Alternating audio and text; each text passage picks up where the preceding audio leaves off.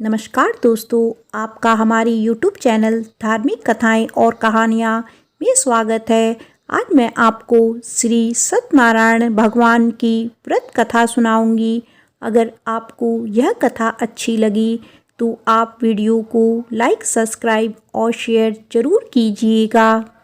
आइए सुनते हैं सत्यनारायण भगवान की व्रत कथा का प्रथम अध्याय। प्रेम से बोलो सत्यनारायण भगवान की जय। बहुत समय पहले की बात है। सर्वशास्त्र ज्ञाता श्री सूत जी ने हजारों की संख्या में ऋषि मुनिगण मिलने पहुँचे। वहाँ पहुँचकर सभी मुनियों ने सूत जी को नमन किया और पूछा, हे परमपिता, कलयुग के समय में ईश्वर की भक्ति के लिए मनुष्यों को क्या करना होगा? कलयुग में उन्हें मोक्ष की प्राप्ति कैसे होगी? हे प्रभु, कृपया आप मुझे किसी ऐसे तप के बारे में बताइए जिसे करने से मन की मुराद पूरी होने के साथ ही पुण्य की प्राप्ति हो जाए। ऋषियों की बात सुनने के बाद सूत जी बोले, हे मुनिगण, आप सभी ने मनुष्यों के हित के बारे में एक अच्छा सवाल किया है। मैं आप सभी को एक ऐसे व्रत के बारे में बताऊंगा जिसके बारे में खुद लक्ष्मीपति ने नारद मुनि को बताया था। आप सभी इस व्रत को ध्यानपूर्वक सुने। एक बार नारद मुनि दूसरों के हित के अभिलाषा के लिए कई लोकों के भ्रमण पर निकले। इस भ्रमण के दौरान घूमते घूमते एक दिन वह मृत्युलोक यानी धरती पहुँचे, जहाँ नारद मुनि ने देखा कि सभी मनुष्य अपने कर्मों का फल भोग रहे हैं। इसके कारण सभी दुखी से पीड़ित हैं। यह देख उनके मन में एक सवाल आया कि ऐसा कौन सा उपाय निकाला जाए जिसका पालन करने से मनुष्यों के दुखों का अंत किया जा सके। अपने इस सवाल को लेकर नारद मुनि विष्णु लोक पहुँच गए। वहाँ उन्होंने भगवान नारायण की आराधना की।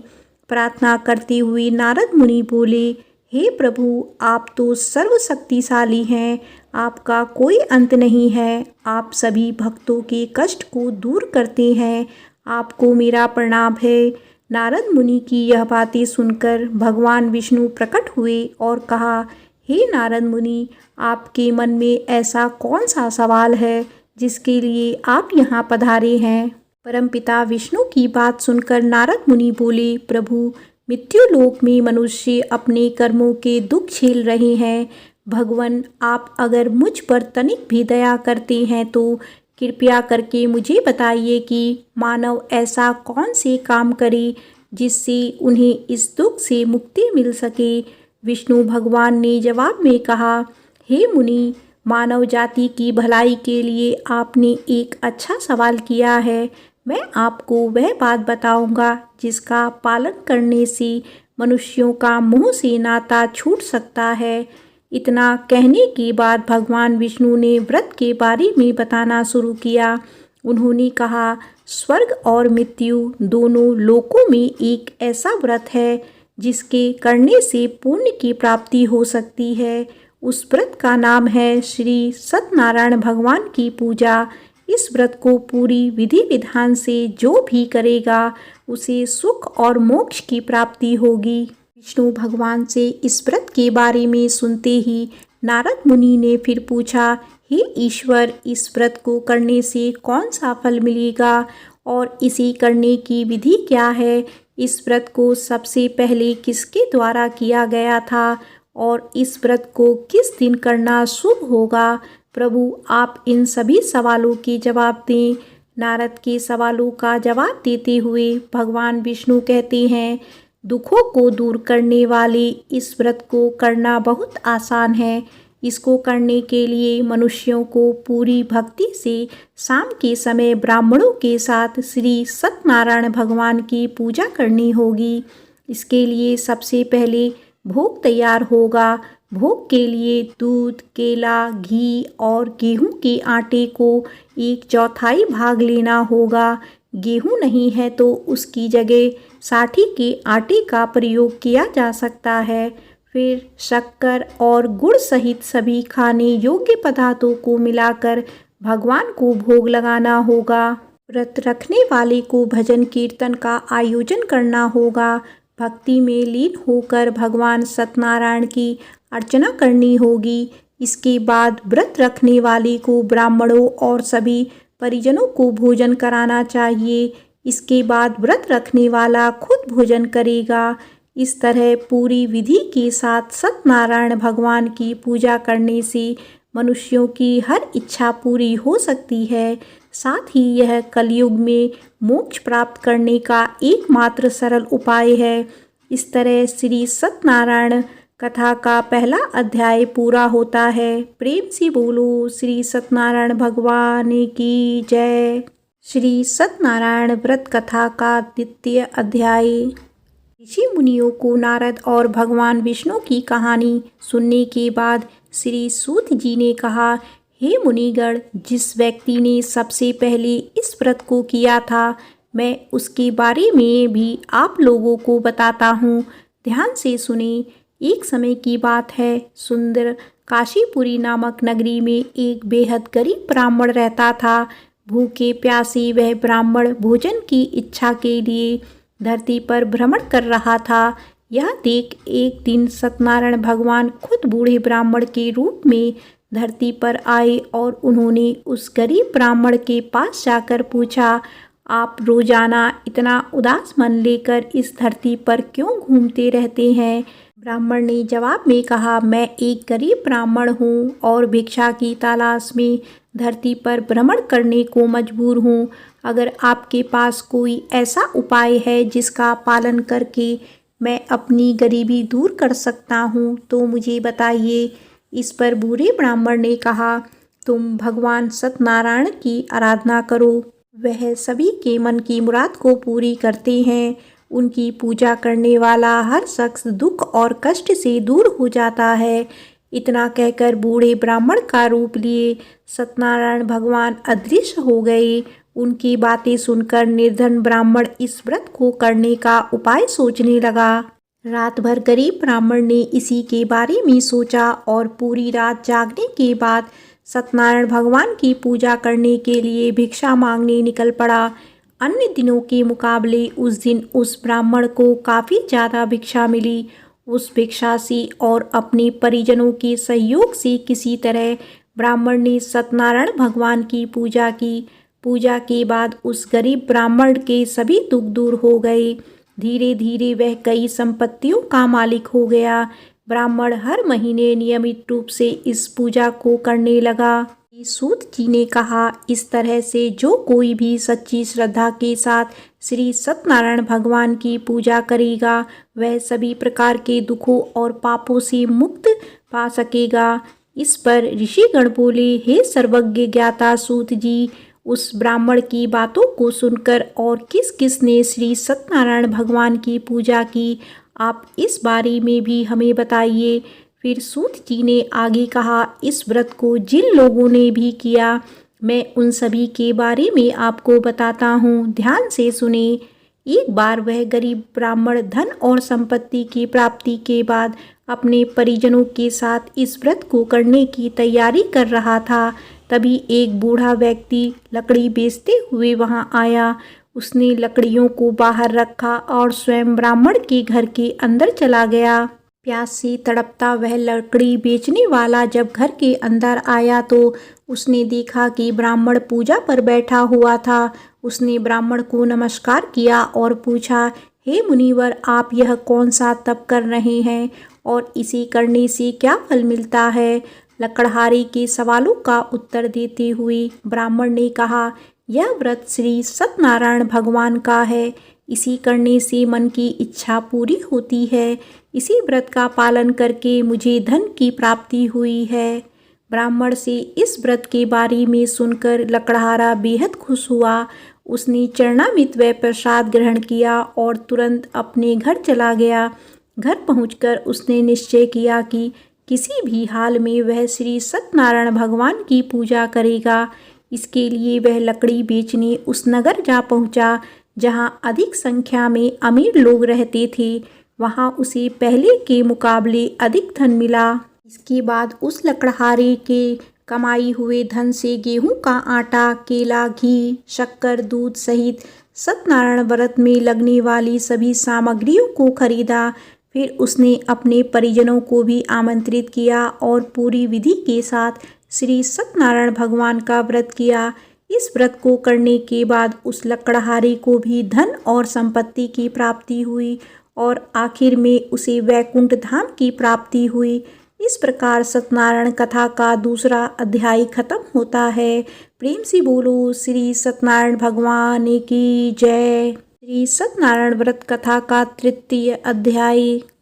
जी आगे की कहानी सुनाते हुए कहते हैं कि सालों पहले उल्कामुख नामक एक राजा था। वह बुद्धिमान होने के साथ साथ सत्यवादी और शांत स्वभाव का व्यक्ति था। वो रोजाना मंदिरों में जाकर गरीबों को धन दान करके उनके दुखों को दूर करता था। राजा उल्कामुख की पत्नी कमल के फूल के समान थी। उन्हें पवित्र स्त्री माना जाता था। एक बार राजा उल्कामुख और उनकी पत्नी ने भद्रशिला नदी के किनारे श्री सत्यनारायण भगवान की पूजा की। तभी वहां साधु नाम का एक वैश्य पहुंचा। उस वैश्य के पास व्यवसाय करने के लिए काफी धन था। उसने जब राजा और उसकी पत्नी को व्रत करते देखा तो वह वहीं रुक गया। फिर उसने विनम्रता पूर्वक पूछा, हे महाराज, आप कौन सा व्रत कर रहे हैं? राजा ने जवाब दिया, मैं अपने परिजनों के साथ पुत्र की प्राप्ति के लिए श्री सत्यनारायण भगवान की पूजा कर रहा हूँ। इस पर साधु ने पूछा, क्या आप मुझे भी व्रत करने की विधि बताएंगे? मुझे भी संतान प्राप्ति की इच्छा है। साधु की बात सुनकर राजा ने उसे सत्यनारायण भगवान के पूजन की सारी विधि बताई। इसके बाद साधु अपने घर की ओर निकल पड़ा। पहुंचकर साधु ने अपनी पत्नी लीलावती को श्री सत्यनारायण व्रत के बारे में बताया और कहा, मुझे जब संतान की प्राप्ति होगी तो मैं इस व्रत को करूंगा। कुछ दिन बाद सत्यनारायण भगवान की कृपा साधु की पत्नी लीलावती पर बरसी और वह गर्भवती हो गई। आगे चलकर उसने एक पुत्री को जन्म दिया। लीलावती की पुत्री कब बड़ी हो गई यह पता ही नहीं चला। उसके माता पिता ने उसका नाम कलावती रखा था। कुछ दिन बीतने के बाद कलावती की माता ने साधु को उसका वचन याद दिलाया। उसमें उसने संतान प्राप्ति के बाद श्री सत्यनारायण भगवान की पूजा करने की बात कही थी।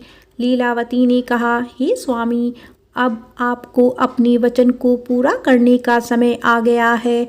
इस पर साधु ने कहा, हे प्राण प्रिय, मुझे अपना वचन अच्छी तरह से याद है। उस वचन को मैं अपनी पुत्री के विवाह के अवसर पर पूरे विधि विधान के साथ करूंगा। पत्नी को पूजा का आश्वासन देकर अगले दिन साधु नगर की ओर चल पड़ा। कुछ समय बाद जब कलावती शादी योग्य हो गई तो साधु ने एक दूत को बुलाया और उसे अपनी पुत्री कलावती के लिए एक योग्य वर ढूंढने का आदेश दिया। साधु का आदेश पाकर दूत कंचन नगर की ओर गया और वहां से एक योग्य वर लेकर आया। उस लड़के को देखकर साधु ने अपनी पुत्री का विवाह उससे कराने का फैसला किया। उसने तुरंत अपने परिजनों को आमंत्रित किया और अपनी पुत्री का विवाह उस योग्य लड़के से कर दिया। शादी के दौरान भी साधु ने श्री सत्यनारायण भगवान की पूजा नहीं की। साधु का यह रवैया देखकर श्री सत्यनारायण भगवान गुस्से में आ गए और उन्होंने साधु को अभिशाप दिया कि उसके जीवन से सब सुख समृद्धि दूर हो जाएगी। इधर अपने कार्यों में व्यस्त साधु अपने दामाद के साथ चंद्रकेतु राजा के नगर में व्यापार करने पहुंचा। तभी एक दिन अचानक एक चोर चंद्रकेतु राजा का धन चुराकर भागते भागते उसी साधु की दुकान पर जा पहुंचा। यहाँ सिपाहियों को अपने पीछे आते देख चोर ने छुपाया हुआ धन साधु की दुकान में छुपा दिया। राजा के सिपाही जब वहां पहुंचे तो उन्हें राजा का धन साधु और उसके जमाई के पास दिखा। उन्होंने तुरंत दोनों को बंदी बनाया और उन्हें राजा के पास ले गए। सिपाहियों ने राजा से कहा, महाराज, हमने दोनों चोरों को सामान के साथ पकड़ लिया है। आप बस आदेश दें कि इन दोनों को क्या सजा देनी चाहिए। राजा ने सिपाहियों को आदेश दिया कि बिना देर किए दोनों को इसी वक्त कारावास में डाल दिया जाए, साथ ही उनके सारे धन को जब्त कर लिया जाए। दूसरी तरफ साधु की पत्नी भी दुखी थी। उसके घर में जो कुछ सामान था उसे चोर ले गए थे। एक दिन साधु की बेटी कलावती भूख प्यास से तड़पती हुई भोजन की तलाश में एक ब्राह्मण के घर पहुंची। वहां उसने श्री सत्यनारायण का व्रत होते हुए देखा। फिर उसने भी उस ब्राह्मण से सत्यनारायण भगवान की कथा सुनी। इसके बाद प्रसाद ग्रहण करके अपने घर चली गई। घर पहुंचते ही कलावती की माँ ने उससे पूछा, बेटी तुम अब तक कहाँ थी और तुम्हारे मन में क्या उथल पुथल हो रही है। इस पर कलावती ने अपनी माँ से कहा, हे माता, मैं अभी अभी एक ब्राह्मण के घर से आ रही हूँ। वहाँ मैंने श्री सत्यनारायण भगवान की कथा सुनी। अपनी पुत्री की बातों को सुनने के बाद लीलावती ने भी सत्यनारायण भगवान की पूजा की तैयारी शुरू कर दी। फिर उसने अपने परिजनों को बुलाया और पूरी विधि विधान के साथ सत्यनारायण भगवान की पूजा की। साथ ही लीलावती ने भगवान से अपने पापों के लिए माफ़ी मांगी और अपने पति और जमाई को रिहा करने की प्रार्थना भी की। लीलावती के इस कार्य से श्री सत्यनारायण भगवान प्रसन्न हुए।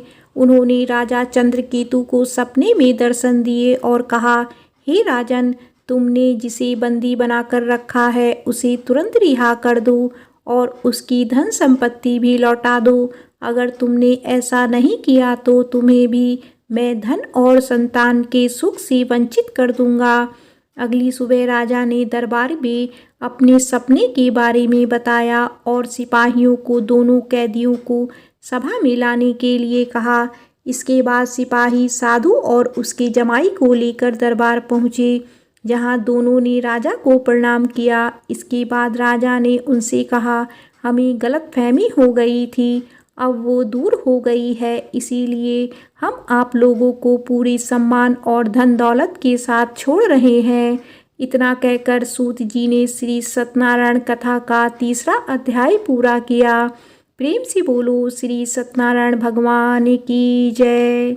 श्री सत्यनारायण व्रत कथा का 4th अध्याय। सर्वशास्त्र ज्ञाता सूत जी ऋषियों और मुनियों को आगे की कहानी सुनाते हुए कहते हैं, राजा की आज्ञा के बाद वो साधु अपने दामाद के साथ घर की तरफ निकल पड़ा। कुछ दूर जाने के बाद रास्ते में उसे एक व्यक्ति मिला जो डंडे के सहारे चल रहा था। वो व्यक्ति असल में खुद सत्यनारायण भगवान जी ही थे। उन्होंने उनसे पूछा, हे साधु, तुम्हारी नौका में क्या है। यह सुनकर वैश्य हंस पड़ा और अभिमान भरे स्वर में उसने कहा, हे सज्जन, आप मुझसे यह प्रश्न क्यों कर रहे हो। कहीं आपको मुझसे धन लेने की इच्छा तो नहीं है। अगर ऐसा है तो मैं बता दूं कि मेरी नाव में तो आपको केवल बेल और पत्ते ही मिलेंगे। वैश्य की इस कठोर बोली को सुनकर भगवान ने कहा, ईश्वर करे तुम्हारी वाणी सच हो जाए। ऐसा कहकर वे कुछ दूर समुद्र किनारे जाकर बैठ गए। अब उस वैश्य साधु ने जब अपनी नाव की ओर देखा तो वह दंग रह गया। उसकी नाव में रखे सारे वस्त्र और आभूषण बेल और पत्तों में बदल गए। यह देख वैश्य बेहोश हो गया। कुछ समय बाद जब उसे होश आया तो वह बहुत दुखी हो गया। तभी वैश्य के दामाद ने कहा, पिताजी, आप चिंतित ना हो, यह सब उसी व्यक्ति के अभिशाप की वजह से हुआ है। हमें बिना देर किए उनके चरणों में गिरकर माफ़ी मांग लेनी चाहिए, तभी जाकर हमारा यह दुख दूर हो सकेगा। अपनी जमाई की बात मानकर वैश्य उस व्यक्ति के पास जा पहुंचा और विनम्र स्वर में बोला, मेरे अपराध के लिए मुझे क्षमा कर दो। इतना कहकर वैश्य जोर जोर से रोने लगा। इस पर सत्यनारायण भगवान ने कहा, हे साधु, तुम्हें जो भी दुख मिले हैं वो सभी मेरी ही आज्ञा से मिले हैं, क्योंकि तुमने अपने वचन के अनुसार एक भी बार मेरी पूजा नहीं की, जिससे मेरा अपमान हुआ है। इस पर वैश्य ने कहा, हे भगवान, आप तो सर्वशक्तिशाली हैं। आपके रूपों को कोई देवता भी नहीं पहचान पाते, तो भला मैं आपको कैसे पहचान पाता। अब मैं समझ गया हूँ और अपनी भूल को सुधारने के लिए मैं आपका व्रत जरूर करूँगा। आप कृपया करके मुझे माफ़ कर दें और मेरा धन मुझे लौटा दें। साधु की बात सुनकर भगवान सत्यनारायण खुश हुए और उसे आशीर्वाद देकर ओझल हो गए। इसके बाद वैश्य अपनी जमाई के साथ नाव की ओर लौटा। वहां पहुंचते ही उसने देखा कि उसकी नाव में पहले की तरह धन भरा हुआ था। इसके बाद उसी जगह पर वैश्य ने दामाद व अन्य साथियों के साथ मिलकर सत्यनारायण भगवान की पूजा की और फिर अपने घर की तरफ चल पड़ा। वैश्य जब अपनी जमाई के साथ नगर के पास पहुंचा तो उसने एक दूत के माध्यम से अपने और दामाद के वापस आने की सूचना पत्नी को भिजवाई। दूत ने उनके घर जाकर वैश्य की पत्नी लीलावती को नमस्कार करते हुए कहा, मालकिन साहब और दामाद दोनों नगर के पास पहुंच गए हैं। वैश्य की पत्नी लीलावती उस दूत की बात सुनकर काफ़ी प्रसन्न हो गई। उसने तुरंत सत्यनारायण भगवान का व्रत पूरा कर अपनी पुत्री कलावती से कहा, मैं तुम्हारे पिता के दर्शन के लिए जा रही हूँ। तुम भी अपना काम पूरा कर तुरंत दर्शन के लिए आ जाना। अपनी माता की बातें सुन कलावती भी प्रसन्न हो गई और जल्दबाजी में सत्यनारायण भगवान की कथा का प्रसाद छोड़कर अपने पति और पिता से मिलने चली गई। कलावती द्वारा प्रसाद का अनादर देख भगवान सत्यनारायण एक बार फिर से नाराज हो गए। क्रोध में आकर उन्होंने नाव सहित कलावती के पति को पानी में डुबो दिया। जैसे ही कलावती वहां पहुंची उसने देखा कि उसका पति वहां नहीं है तो वह बेहद दुखी हुई और जोर जोर से रोने लगी। वैश्य अपनी जमाई को डूबता देख एक बार फिर से सत्यनारायण भगवान का स्मरण करने लगा। उसने प्रभु से प्रार्थना की और कहा, हे ईश्वर, कृपा करके मेरी परिवार से हुई भूल को माफ़ कर दें।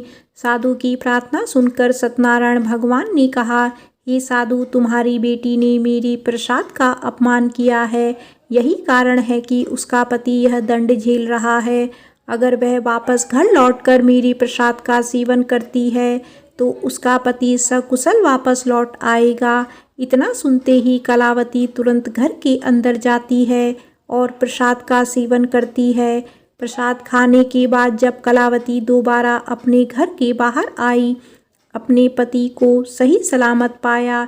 इसके बाद साधु एक बार फिर से अपने परिजनों के साथ मिलकर पूरे विधि विधान के साथ श्री सत्यनारायण भगवान का व्रत करता है।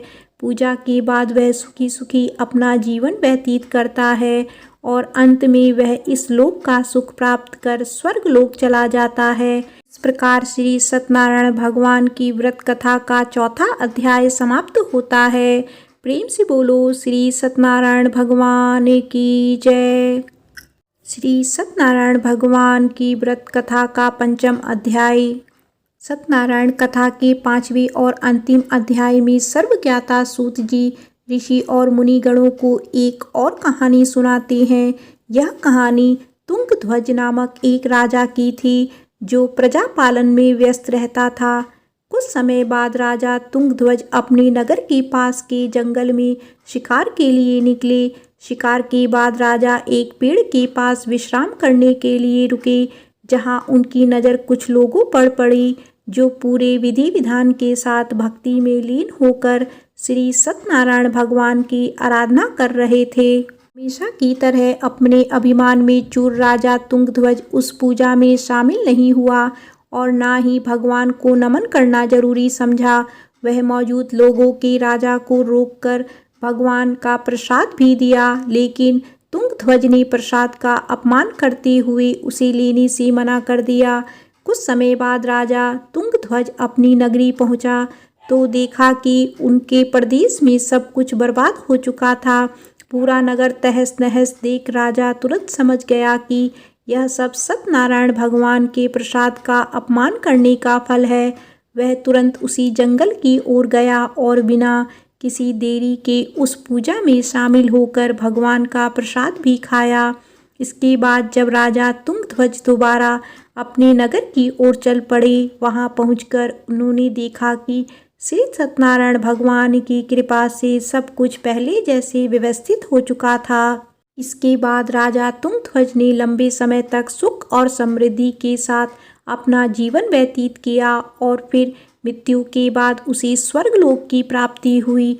इस कहानी के बाद सूत जी ऋषियों को कहते हैं कि हे मुनिगण, इस संसार में जो भी मनुष्य श्री सत्यनारायण भगवान के व्रत को करेगा उसकी सभी मनोकामनाएं पूर्ण होगी। इस पूजा को करने से गरीब को धन की प्राप्ति, निसंतान को संतान का सुख प्राप्त होता है। वहीं मनुष्य अपनी मनोकामना पूरी होने के बाद जीवन के आखिरी वक्त में वैकुंठ धाम को चला जाता है। आगे सूत जी कहते हैं कि मैं अब आप सभी को इस व्रत को करने वाले लोगों के दूसरे जन्म के बारे में भी बताता हूँ। दूसरे अध्याय के वृद्ध ब्राह्मण ने अगले जन्म में सुदामा के रूप में जन्म लिया और मोक्ष की प्राप्ति की। वहीं दूसरे अध्याय के लकड़हारे के निषाद के रूप में जन्म लेकर मोक्ष की प्राप्ति की। के अलावा तीसरे अध्याय के उल्कामुख राजा ने दशरथ के रूप में वैकुंठ की ओर प्रस्थान किया। चौथे अध्याय के साधु नामक वैश्य ने मोरध्वज के रूप में अपने पुत्र की तरह से मोक्ष की प्राप्ति की। वहीं पांचवें यानी अंतिम अध्याय के तुंगध्वज राजा ने भगवान की भक्ति में लीन होकर मोक्ष की प्राप्ति की। इस प्रकार श्री सत्यनारायण कथा का 5वां अध्याय संपन्न होता है। प्रेम से बोलो श्री सत्यनारायण भगवान की जय।